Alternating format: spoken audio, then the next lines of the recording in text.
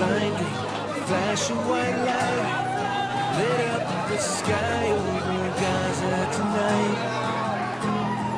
People running for cover, not knowing whether they're dead or alive. They came with their tanks and their planes, with ravaging fiery flames. Nothing remains, just a voice rising up in the smoky haze. We will not go down in the night without a fight. You can burn up our mosques and our homes and our schools, but our spirit will never die. We will not go down in Gaza tonight.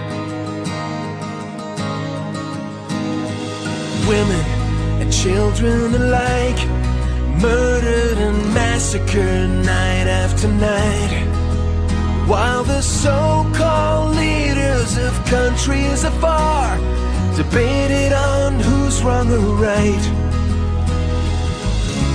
But their powerless words were in vain, and the bombs fell